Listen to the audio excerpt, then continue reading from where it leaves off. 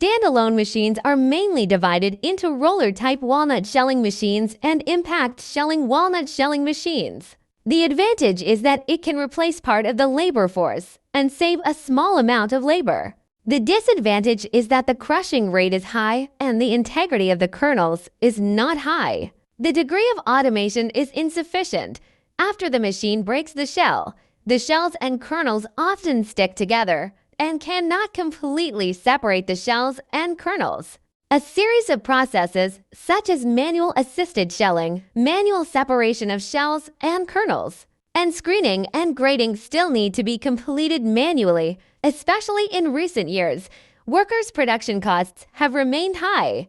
There is an urgent need for enterprises to transform and upgrade and find a set of automated production and processing equipment that can reduce costs, improve efficiency, and is suitable for the rapid development of enterprises.